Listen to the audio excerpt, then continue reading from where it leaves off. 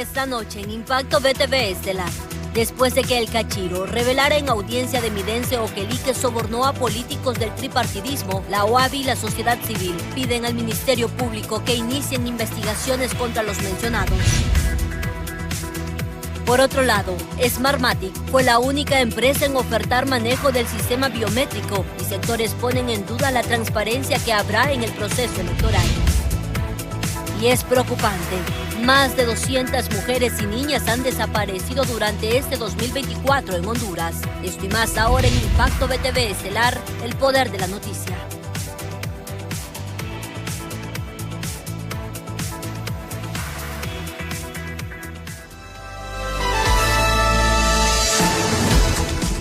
Hola, ¿qué tal? Buenas noches, feliz jueves. Esto es Impacto BTV Estelar, soy Janet Flores. A ustedes sea parte de esta hora de información.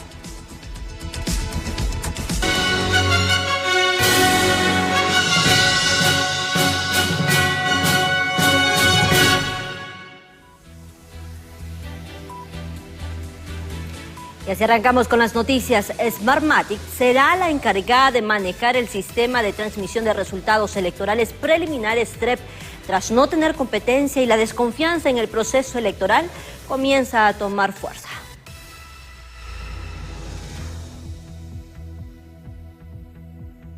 Smartmatic, la empresa encargada de manejar el sistema de transmisión de resultados electorales preliminares, fue la única en presentarse a la apertura de ofertas para la contratación del sistema de identificación biométrica, ofertando más de 220 millones de lempiras, un hecho que ha generado cuestionamiento entre sectores. Sin embargo, autoridades del Consejo Nacional Electoral estiman la transparencia será el común denominador en las próximas elecciones. Que cualquier empresa podía participar y que hubo un esfuerzo consciente del Pleno porque este proceso fuera abierto, en que la implementación del sistema de identificación biométrica permitirá combatir el fraude y asegurar elecciones íntegras. Sin embargo, la suspicacia se ha adueñado de algunos entes de la sociedad civil, quienes señalan la implicación de una sola empresa en un proceso electoral es el resultado de la baja eficiencia legislativa en estos casos. El papel que juega un Congreso Nacional referente a este tipo de procesos, el retraso que se ha tenido en la asignación presupuestaria del CNE ha generado de que los procesos se tengan que acortar. Las empresas tienen menos tiempo también de preparar ofertas competitivas y que también se ajusten a pliegos de condiciones. Pese a lo anunciado, la consejera Ana Paola Hall estima que el fantasma donde los muertos votaban no volverá a resurgir en las próximas elecciones debido a la implementación de los nuevos recursos biométricos. Tenemos aproximadamente 19.900 dispositivos biométricos. Quieren más equipo, más cantidad y por lo tanto, por eso el pliego detalla en uno de sus lotes la compra del resto del equipo que se requiere para poder cubrir las necesidades. Cuando se dejó atrás el fantasma de que los muertos votan en Honduras. La falta de acuerdos en la aprobación presupuestaria ha generado la baja competitividad de ofertantes, estiman profesionales del derecho, donde enfatizan el Consejo Nacional Electoral está contrarreloj para efectuar una cobertura integral en las elecciones primarias. El Consejo está trabajando contra reloj, ya que ya las elecciones van a ser en el mes de marzo y si no se apuran para establecer esto, les va a agarrar mucho tiempo. Y también recordemos que esto tiene que ser establecido en cada uno de las comunidades y los centros de votación. Esta tecnología permitirá la autenticación de las huellas dactilares, evitando la suplantación de la identidad, para garantizar un proceso electoral transparente. Con imágenes de Luis Sosa, les informó Gabriela Plata. Y contrario a esto, el ex concejal del Consejo Nacional Electoral, Germán Lobo, ha manifestado que hasta los momentos se ha visto un proceso transparente en cuanto a la ampliación del plazo para subsanar inconsistencias, asimismo en la adquisición para la empresa que ofrecerá este sistema de biometría. De las empresas que podrían estar a cargo de la biometría. Partamos de la experiencia que el Consejo Nacional Electoral vivió el 2021 y en razón de eso haya generado los pliegos de condiciones, participación ciudadana, y creo que dando espacio para que todos los ciudadanos que optan a un cargo de elección popular puedan tener la opción de subsanar aquella. Mientras tanto, luego que el Partido Salvador de Honduras mencionara que va a presentar un recurso de inconstitucionalidad contra los debates presidenciales, eso por dejar fuera a partidos emergentes, expertos en temas constitucionales, han mencionado que el mismo deberá ser aceptado por la Corte Suprema de Justicia. Es así, José Luis Castellanos, buenas noches.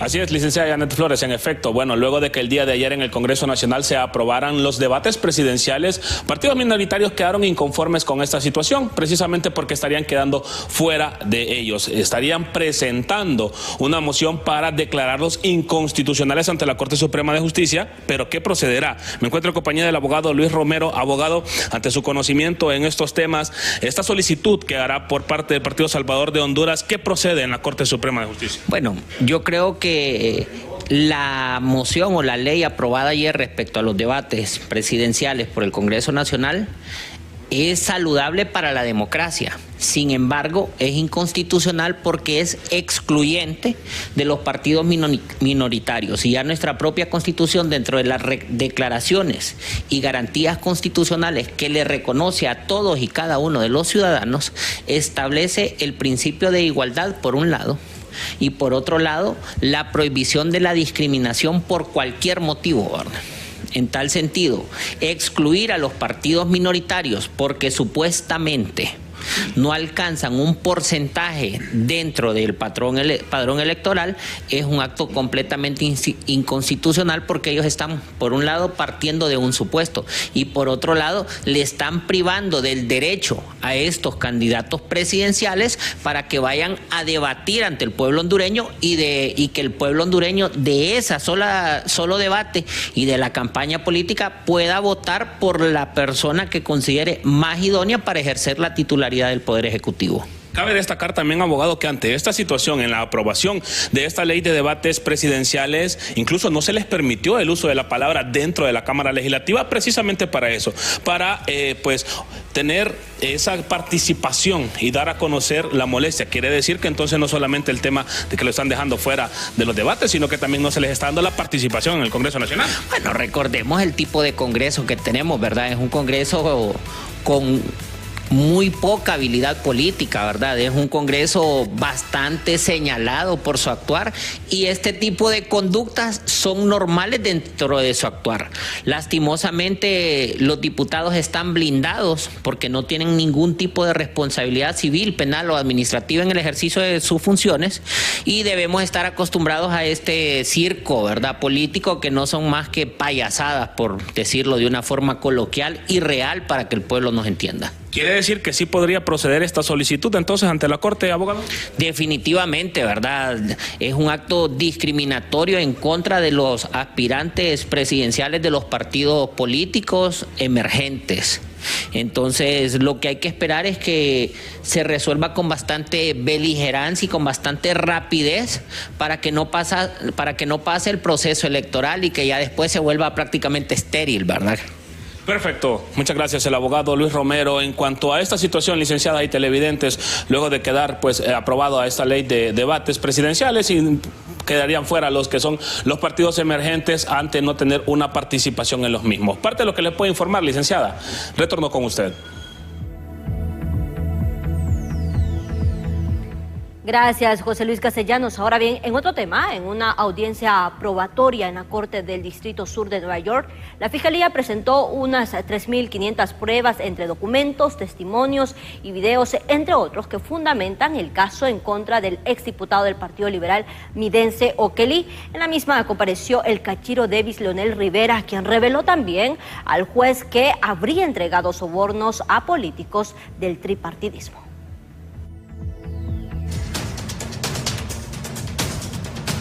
Se llevó a cabo la audiencia probatoria contra el exdiputado por el Partido Liberal Midense Oquelí Martínez Turcios en Nueva York, Estados Unidos, donde Davis Rivera Maradiaga, líder del cartel de los cachiros, fue testigo en la comparecencia. Rivera acusó a miembros de 3 partidos políticos de Honduras de recibir sobornos de Oquelí.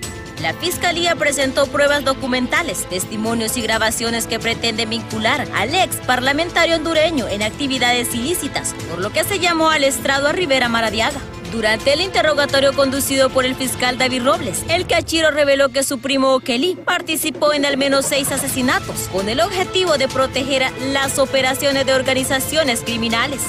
Entre los asesinatos que involucran a Midence Okelly, según Rivera Maradiaga, está el del Coque Ramos, un narcotraficante de Colón, el periodista Nahum Palacios, el exdiputado Juan Ramón Salgado, un primo de los cachiros de nombre Alex y un sicario de apodo Mantequilla, entre otros. Además, detalló cómo se utilizaron las pistas clandestinas en Gracias a Dios, Atlántida, Cortés, Colón y Olancho entre el 2009 y 2014. Destacó que una de las más concurrentes era la de San Esteban Olancho. Asimismo mencionó que se utilizaron vehículos del Congreso Nacional para cometer actos ilícitos relacionados con el tráfico de drogas. De igual forma aseguró que los diputados liberales y nacionalistas, así como miembros de las Fuerzas Armadas y de la Policía Nacional, fueron empleados para trasladar droga. Nadie los detenía porque eran vehículos oficiales, afirmó Rivera Maradiaga.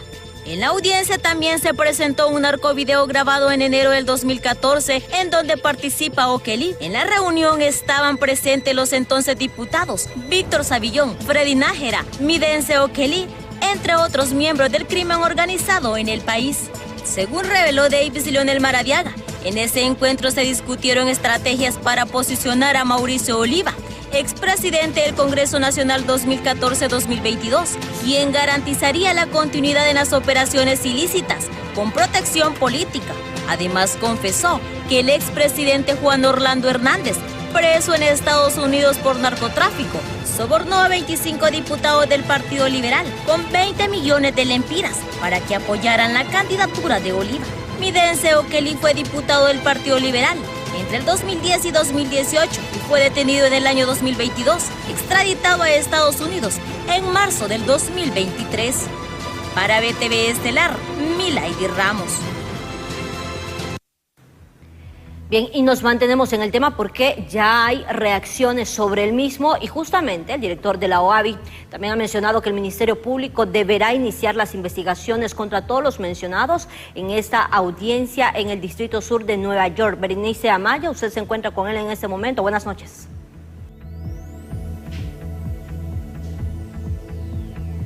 Así es, Janet Flores, tal y como usted lo menciona, buenas noches. En esta ocasión me acompaña el abogado Marco Zelaya, director de la OAVI, porque como sabemos se desarrolló el juicio del exdiputado Midence Okelly y por supuesto ya han surgido reacciones. ¿Cuál es su punto de vista ante esto? Bueno, nosotros somos respetuosos de la ley y lógicamente cada país, cada estado tiene su propia regulación, su propio sistema judicial. En este caso le tocó a otro hondureño más que fue extraditado pasar por la Corte del Distrito Sur del Estado de Nueva York, donde han develado algunos datos interesantes. Creo yo que el Ministerio Público aperturará líneas de investigación para verificar toda esta información y en el caso de ser cierto estos extremos, pues tendrá la obligación él como garante de los intereses de la sociedad y como responsable de la acción penal pública, presentar cuantas acusaciones fueran necesarias, siempre y cuando existan los indicios y los medios de prueba para poder proceder en contra de estas personas. ¿Se deben abrir líneas de investigación en torno a las personas que han sido mencionadas? Claro, es lo que corresponde. O sea, el Ministerio Público, independientemente si hay o no denuncia, con solo conocer hechos que están siendo ventilados en otro país, debe y está obligado a aperturar la investigación para verificar si es cierto o es falsa la investigación. Porque recordemos que este sistema norteamericano permite llegar a acuerdos si devela cierta información y el pueblo hondureño desconoce si tiene o no veracidad, pero eso le corresponderá lógicamente al Ministerio Público como director de la investigación y a todas las agencias de investigación que hagan lo pertinente en los expedientes investigativos y una vez que concluyan los mismos, pues se hará el análisis respectivo si se cuenta o no con elementos para poder enjuiciar a estas personas que vienen siendo mencionadas en este juicio. ¿Cree usted que esto representa que tenemos un sistema judicial débil? Fíjese que yo soy de los hondureños abanderados que necesitamos potenciar nuestro sistema judicial. Habrán voces disonantes que dicen que no están de acuerdo, pero yo creo que los asuntos de casa se resuelven en casa. Estados Unidos no viene a juzgar a norteamericanos a Honduras, y Honduras no tendría que enviar a ningún hondureño a ser enjuiciado en otro país. Si tuviésemos un poder judicial robusto, sólido, creíble, independiente, de igual manera un ministerio público robusto, independiente, objetivo, veraz, y a eso le apostamos nosotros como profesionales del derecho, que todas estas instituciones converjan en un único objetivo: darle seguridad jurídica al pueblo hondureño para que no necesitemos que un país extranjero con otro tipo de leyes le aplique justicia a hechos que fueron suscitados o sucedidos en tierra hondureña. Entonces me parece que si bien es cierto, han habido algunos hondureños que fueron juzgados, pero perfectamente pudieron haber sido juzgados en Honduras, porque muchos de ellos, si por no decir la mitad, todos ya obtuvieron su libertad. Entonces, ¿de qué sistema estamos hablando? Si aquí en Honduras los delitos pueden llegar a 30, 40, 50, 80 años, pero allá solo están 5 o 6 años y recobran su libertad y después andan haciendo exactamente lo mismo, de repente hasta reintegrándose a estas estructuras criminales, y el pueblo hondureño queda solo expectante de cómo han venido sucediendo estos hechos lamentables. En algunos casos hasta fueron a confesar que le dieron muerte a hondureños inocentes, y para el sistema norteamericano pues no tiene ningún valor que hayan matado a hondureños, y de repente si se hubiesen sido juzgados en Honduras sí tendrían que estar pagando penas que oscilarían entre 15, 20, 25, inclusive 30 años. Muchas gracias. Ya hemos escuchado las declaraciones de Marco Zelaya, director de la OAVI, en torno a este importante caso. Con esta información yo retorno hacia los estudios principales. Buenas noches. Buenas noches, Berenice, gracias por esta información. Y hasta la zona norte del país también tenemos esas reacciones sobre el tema de la audiencia que se ha desarrollado este día en Nueva York. Cintia López, usted se encuentra con un experto quien asegura la corrupción ha invadido todos los sectores también del país y sigue, por supuesto, ocasionando muchos efectos negativos que nos ponen muy mal a nosotros hasta de forma internacional. Buenas noches, Cintia. Buenas noches, Janet, televidentes de Impacto BTV Estelar. Así como lo menciona, a mi lado se encuentra Leonardo Pineda, investigador social también, que ha estado pues muy de lleno en este tema de cómo ha afectado la corrupción y el narcotráfico al país. ¿Qué puede decirnos del desarrollo de este juicio contra el exdiputado Midencio Kelly? Bien, gracias por la entrevista. Sí, mire, en efecto, Midencio Kelly es una figura importante dentro del narcotráfico, ya que era uno de los principales operadores políticos del cartel de los Cachiros. Él venía siendo señalado, fue señalado por Estados Unidos desde 2018, había estado prófugo de la justicia por 4 años, fue capturado en 2022 y en 2023 fue extraditado a Estados Unidos. Él en inicio se declara inocente en Estados Unidos y luego hace un par de meses cambia su declaración de inocencia a culpable, ¿verdad? Porque la cantidad de pruebas que él tiene en la Fiscalía del Distrito Sur de Nueva York contra esta persona es realmente impresionante, ¿verdad? Estamos hablando de varios terabytes de información de una nube, más de 100.000 folios de páginas de, en fin, videos, fotos, audios, en fin.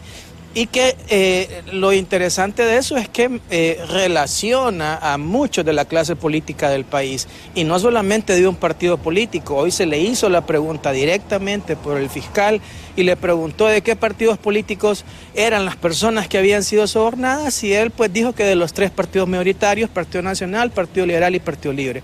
Entonces eso abre la puerta a nuevos señalamientos dentro de la política hondureña, no solamente dentro del Partido Nacional y del Partido Liberal, que ya se habían dado, sino ahora también dentro de Libertad y Refundación. ¿Qué imagen deja esto internacionalmente? Terrible, porque casos como el de Midencio Kelly pues le dan más fuerza al tratado de extradición que tenía Honduras. Al haber eliminado haber denunciado ese tratado de extradición, personas como Midencio Kelly quedan poderosos operadores del narcotráfico en Honduras, siguen en la impunidad, ¿verdad? Y seguimos siendo vistos ante escándalos como el narcovideo que salió hace algunos meses, como un narcoestado, ¿verdad? Independientemente del color del partido que esté en el poder. Esas son las cosas que deben cambiar en Honduras realmente. ¿El Ministerio Público cree usted que debería estar ya sobre la marcha, dependiendo todas las pruebas que se vaya estarían develando en Estados Unidos? Mire que es interesante esa pregunta. El Ministerio Público tiene mucha información. No debería estar esperando que los fiscales de Estados Unidos le manden las cosas. Aquí se han manejado cualquier cantidad de información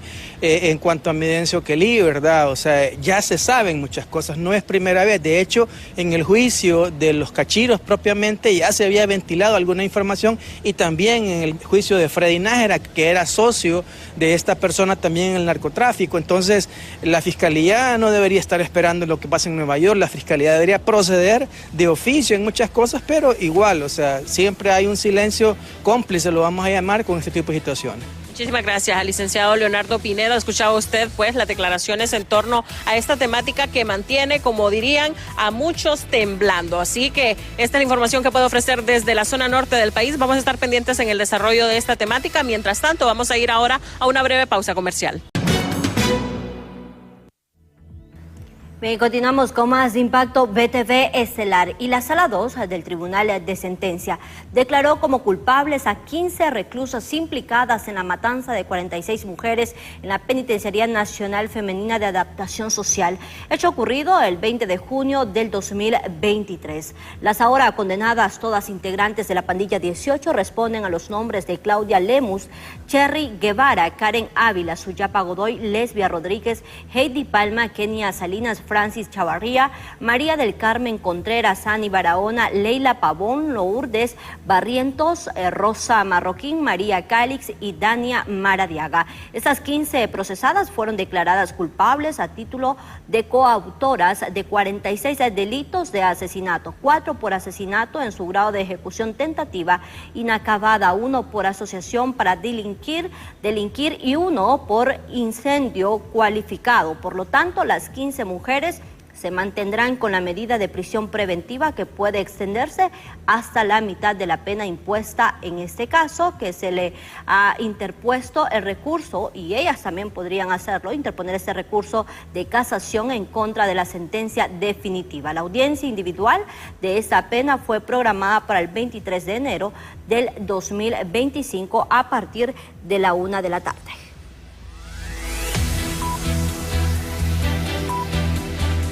Y por otra parte, la Corte de Apelaciones en materia de criminalidad organizada, medio ambiente y corrupción, por unanimidad de votos, ratifica la resolución del Juzgado de Privación de Dominio de Origen Ilícito, que no procede la privación de dominio de 6 bienes del exalcalde del municipio del Distrito Central, Nasri Asfura, y 4 personas más.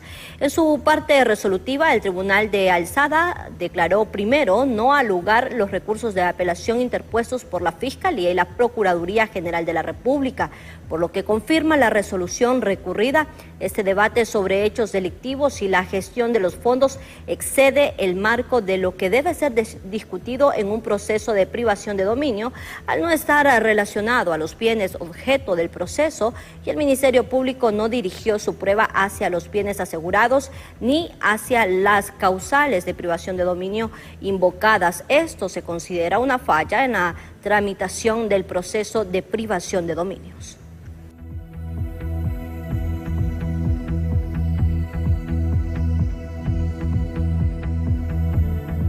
Mientras tanto, siempre en ese tema, el magistrado de la Corte Suprema de Justicia, Milton Jiménez Puerto, ha sido designado como el juez natural para que conozca el caso contra el exalcalde del Distrito Central, Nasri Asfura, y otras 7 personas más. En el magistrado Milton Jiménez Puerto.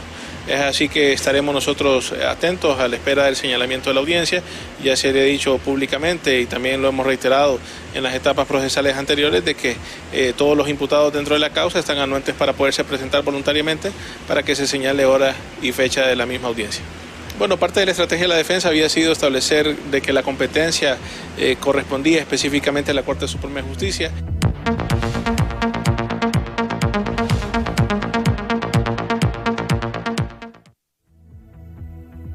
Damos paso a otros temas, y la dirigencia obrera asegura que de nada sirve aprobar leyes que promuevan la generación de empleo si no hay un buen ambiente para atraer a los inversionistas extranjeros.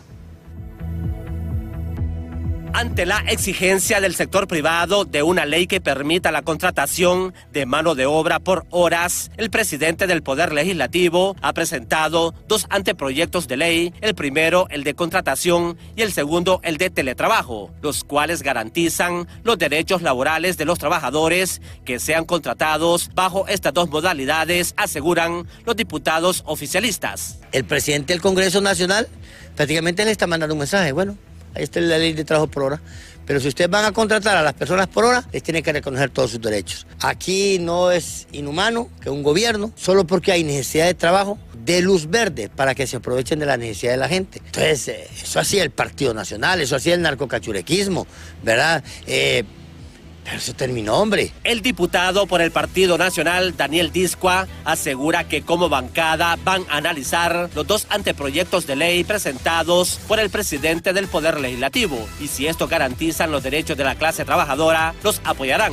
Bueno, que vamos a esperar el dictamen, vamos a esperar conocerlo formalmente como bancada, que vamos a analizar lo que no estamos en contra. De hecho, el teletrabajo es algo que funciona en todo el mundo, también en Honduras hay personas que lo ejercen. Claro, vamos a tomar una decisión para fijar una postura. Por su parte, la dirigencia obrera asegura que de nada sirve que se aprueben leyes que pretendan generar más puestos de trabajo si no se incentiva la atracción a la inversión extranjera directa. Si no hay inversión en el país, si no hay generación de empleo, aunque se apruebe todo tipo de ley, no va a generar lo que es el tipo de satisfacción a la juventud. Si aquí tenemos migración, gente preparada, pero preparada de verdad, que saca buenas calificaciones, intelectualmente preparada, pero esa gente no tiene la oportunidad de un empleo y lo que hace es emigrar. El anteproyecto de contratación contempla que una persona sea contratada hasta por 6 horas, su afiliación al Seguro Social y la cotización al RAP. Mientras tanto, el anteproyecto del teletrabajo permitirá reglamentar esta modalidad.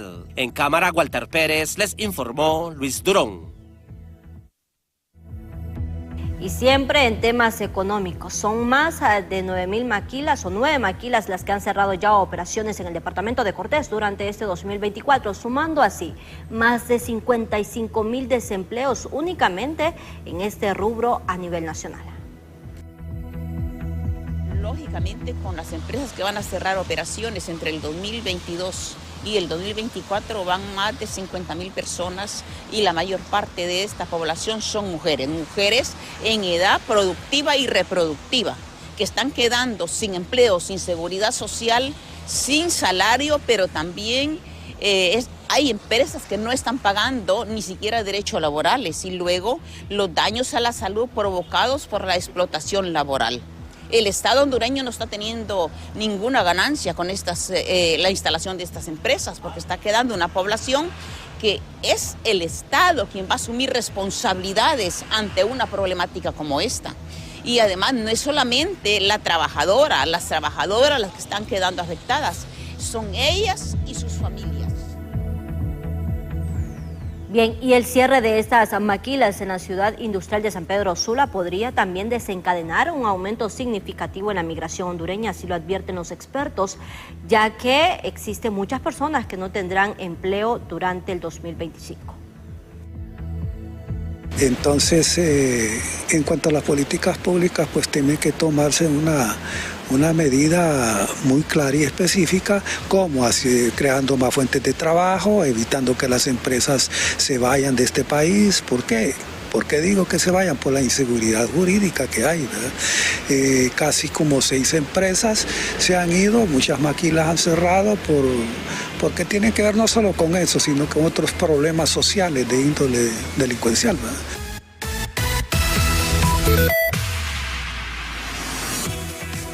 Mientras tanto, declaran inconstitucional la reforma al Estatuto del Docente y los maestros podrán jubilarse a los 50 años. Le contamos de eso y más al volver.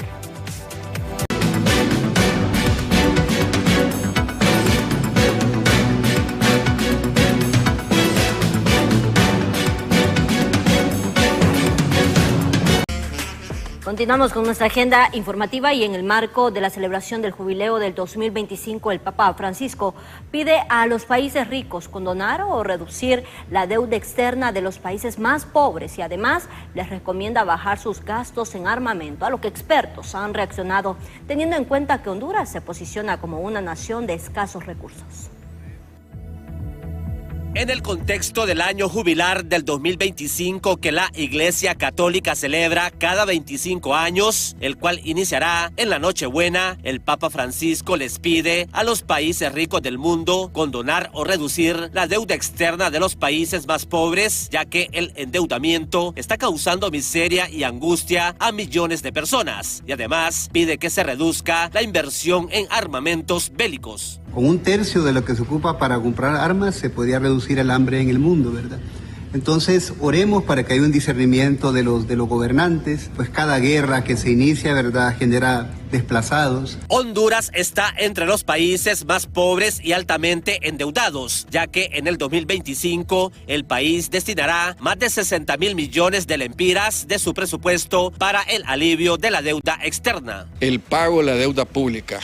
El próximo año se tiene proyectado destinar 67.000 millones de lempiras. Es el objeto del gasto que más presupuesto tiene. La deuda que mantiene Honduras con entes financieros internacionales asciende a los más de 8.000 millones de dólares. Endeudamiento que impide el crecimiento en diversos sectores de la nación, específicamente en la producción. Por lo que la dirigencia obrera asegura que es una excelente iniciativa la del Papa Francisco, pero dejan claro que hay que controlar el alto grado de endeudamiento del país en el futuro. No, bienvenido, eso debe ser. Me parece que una iniciativa estupenda, fenomenal, porque aquí las cargas por el servicio de la deuda son bárbaras. El presupuesto del país se va prácticamente en eso. Ahora, ¿cómo controlamos? Porque no se trata de que estén condonando cada vez. ¿Cómo controlamos que hayan altas deudas internas y externas del país? Los gobiernos deben de empezar a revisar. Los representantes del sector privado aseguran que antes de lograr una segunda condonación de la deuda externa, primero hay que auditar a dónde fue a parar el dinero de la primera condonación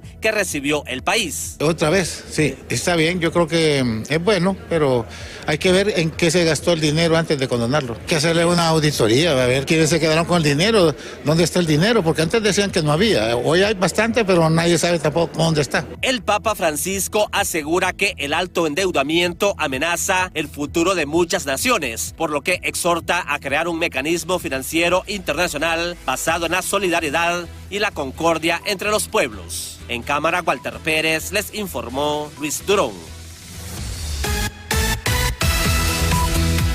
Bien, y las diferentes negociaciones para aprobar el presupuesto 2025 ya está en los últimos detalles, ya que la presentación del proyecto de ley para regular el empleo parcial y también el teletrabajo será pieza clave para que Libertad y Refundación cuente con los votos necesarios. La ley del régimen laboral del teletrabajo y la ley especial para el fomento del empleo en Honduras fueron las dos iniciativas presentadas por el presidente Luis Redondo ante la Cámara Legislativa, donde congresistas oficialistas aseguran que será fundamental la aprobación de estas leyes para obtener los 65 votos del presupuesto 2025. El proyecto de ley que presentó el ciudadano presidente del Congreso Nacional, ingeniero Luis Redondo, va encaminado a la generación de empleo. Y creo que cuando es un tema de país, todas las bancadas estamos de acuerdo en generar empleo.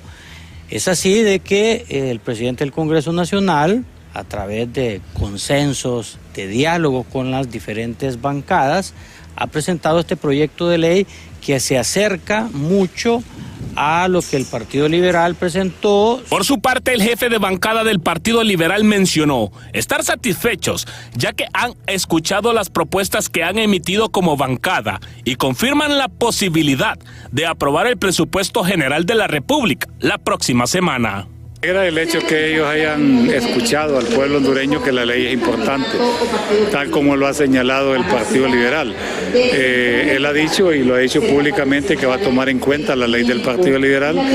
Estaremos pendientes junto al proyectista, el abogado Villeda, de la Comisión de Dictamen, para revisar que ese dictamen lleve exactamente lo que el Partido Liberal pide, que es el trabajo parcial, que lo dice en uno de sus acápites y en su articulado del proyecto presentado por el presidente Redondo.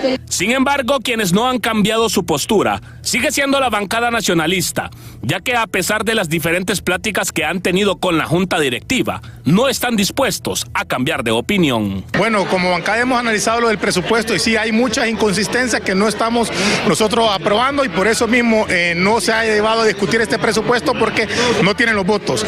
Ahora, el Partido Liberal es el que va a defender si le ayuda a Libre para poder aprobar ese presupuesto, pero como bancada del Partido Nacional no vamos a apoyar el presupuesto general del 2025. Las negociaciones entre el Partido Libertad y Refundación y el Partido Liberal podrían concluir la siguiente semana, ya que con la aprobación de la Ley de Empleo Parcial y Teletrabajo obtendrán los votos necesarios para con ellos aprobar el presupuesto general de la República 2025.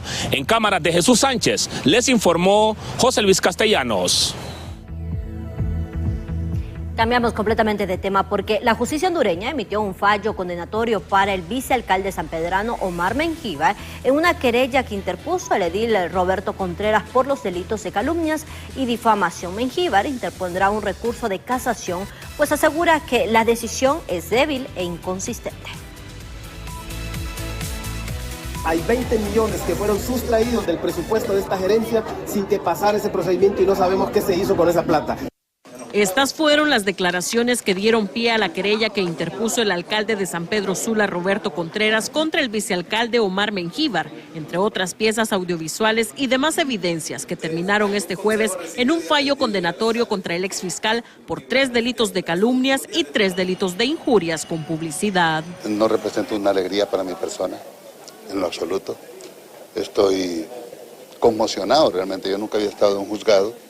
Y ver una situación de esta realmente no me llena de alegría, lo contrario, me llena de tristeza, pero a la vez alabo el sistema judicial del país porque prevaleció la verdad. Por su parte, el vicealcalde Omar Mengíbar calificó el fallo como débil e inconsistente, a la vez que negó haber difamado al edil sanpedrano. Personalmente le voy a dar mi apreciación sobre el fallo que emitió la juez. Es un fallo bastante débil, inconsistente, o sea...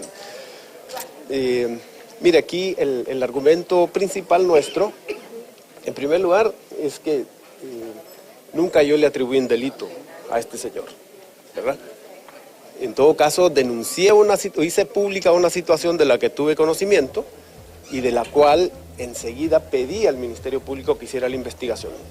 Mientras tanto, la audiencia para la individualización de las penas contra Omar Mengíbar se realizará el próximo 21 de enero en los tribunales sanpedranos. El funcionario se expone a la cárcel y al pago de fuertes multas según las leyes hondureñas.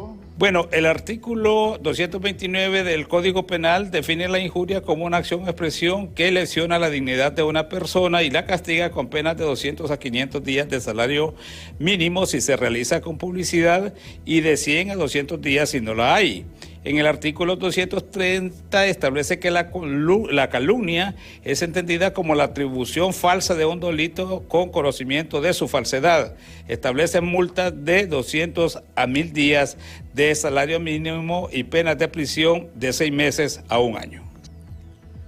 Sin embargo, el vicealcalde aseguró que interpondrá un recurso de casación ante la sentencia de la juez, pero en caso de perder este recurso, Mengíbar podría quedar inhabilitado para participar en el próximo proceso electoral. Con imágenes de Rigoberto Escobar, les informó Cintia López.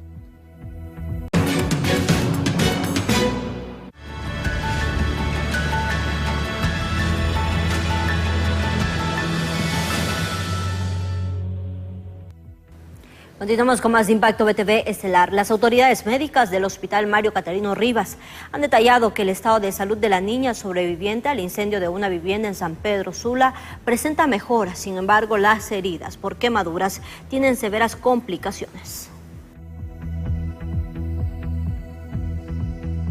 Y en este caso, pues dar una respuesta respecto a la denuncia que se estaba haciendo. Entendemos el dolor de los padres, no es fácil estar frente a una situación de estas y en ese caso nosotros pues lo que hacemos es ponernos activos a trabajar.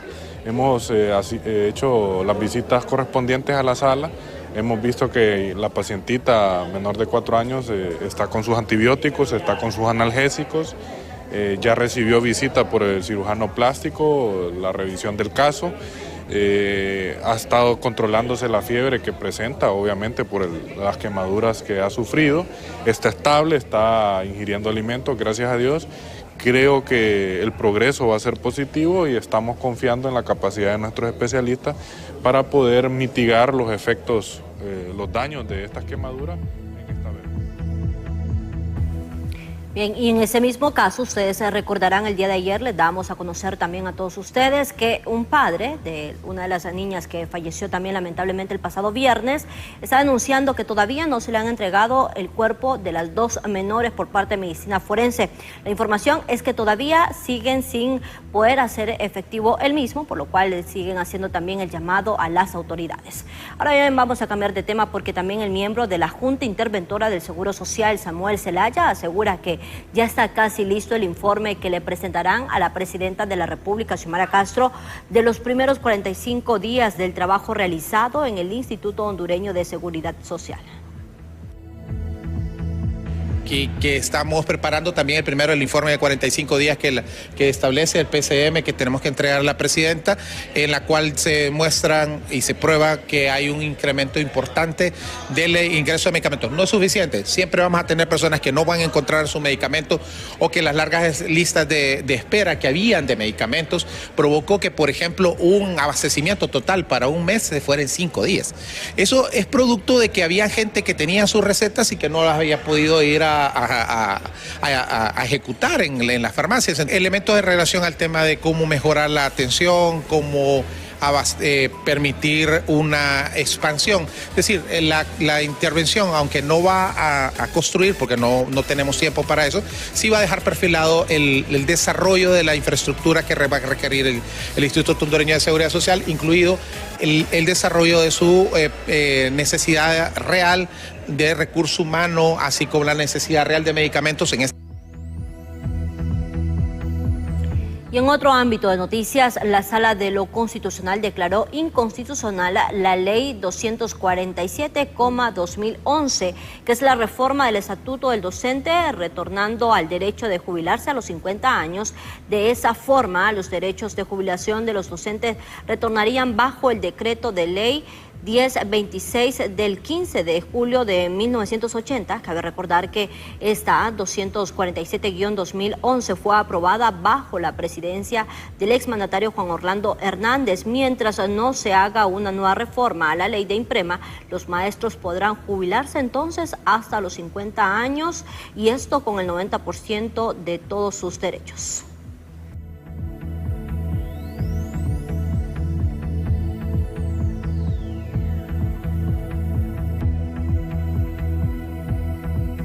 Mientras tanto, a consideración también del viceministro de Educación, Edwin Hernández, la vida útil que le queda al IMPREMA es de 8 años por mucho, luego del impacto económico que generará la declaratoria de inconstitucionalidad de esta ley 247-2011, que permite a los docentes, como ya se lo mencionábamos, jubilarse a los 50 años.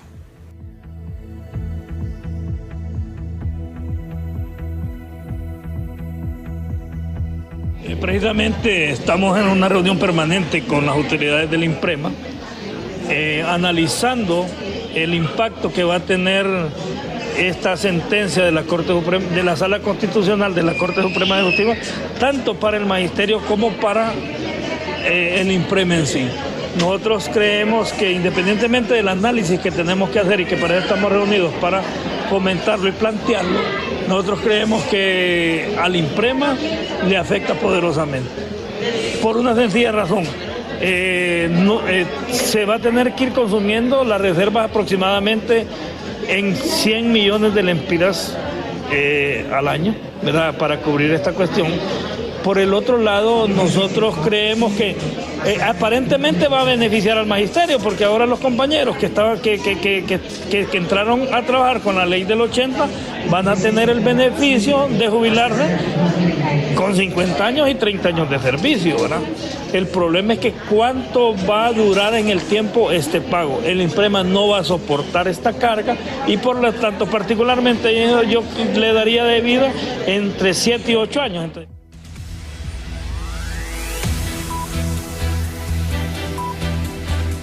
Y Vea usted, alarmante es la cifra de mujeres y niñas desaparecidas en Honduras en lo que va de este 2024. Los defensores de derechos humanos denuncian la falta de acciones efectivas por parte de las autoridades para poder detener todos estos secuestros, raptos y también la trata de personas. Las mujeres y niñas se han convertido en el blanco perfecto para diversos delitos. Actualmente se registran más de 200 desapariciones de ellas en lo que va del 2024, principalmente en la zona occidental, situación por la que organizaciones esperan respuesta del anteproyecto de ley Alerta Morada presentado en el Congreso Nacional. Una de las cosas es que cae en manos de la criminalidad organizada, pues para ser víctimas de trata en la modalidad quizás de explotación sexual comercial, lo otro en otras modalidades como trabajo forzado, son sacadas de Honduras y un 20% más o menos que terminan siendo víctimas de femicidio. Por otra parte, el Ministerio Público reporta casos relacionados con secuestros, raptos y la trata de personas, crímenes que afectan a la mayoría de mujeres. Hasta julio del presente año se registran más de 40 denuncias de niñas y niños que han desaparecido. En cuanto a mujeres, solamente se pudo contabilizar la estadística del delito de rapto, que hay 25. Esto porque los otros delitos pues no se sabe si las mujeres desaparecieron por tráfico ilícito de personas. Según datos del Observatorio Nacional de la Violencia, entre el 2017 y 2023 se reportaron más de 7.360 desapariciones, donde el 36.5% corresponde a mujeres. En cámara de Ángel Maradiaga les informó Berenice Amaya. Cambiamos completamente de tema porque el 12 de diciembre de cada año la población católica venera con más fervor y amor a la Virgen de Guadalupe. La Virgen de Guadalupe tiene un lugar muy especial para los católicos, sobre todo para los mexicanos, pero esta devoción por la Madre de Jesús trasciende fronteras, celebrándose en varios países de América Latina, Asia y Europa. Honduras no es la excepción. Los fieles la veneran con mucho amor y fervor. Gracias, gracias Virgen de Guadalupe. Invádenos con tu amor, invádenos con tu humildad, con tu paciencia, con tu paz, pero sobre todo con la obediencia y la fe. No solo es una fiesta en Honduras, sabemos que en México es muy venerada la Madre Santa y considerado por el Papa Juan Pablo II como la emperatriz de América. Somos devotos, sabemos que es una vocación de la Virgen de Guadalupe. Significa fe, esperanza, bendiciones para nuestro país, nuestra familia, nuestros hijos. Soy devota de la Virgen de Guadalupe desde el 90 y nunca dejo de venir. Cada 12 de diciembre, millones de fieles le rinden homenaje a la Morenita del Tepeyac, con misas especiales y procesiones con su imagen. Los devotos participan con cánticos, oraciones, rosarios y ofrendas. Una de las lecturas de hoy envió a Jesucristo nacido de mujer, y esta mujer es la que celebramos hoy, Nuestra Señora de Guadalupe, patrona de todos los pueblos de América Latina y sobre todo llamada la emperatriz.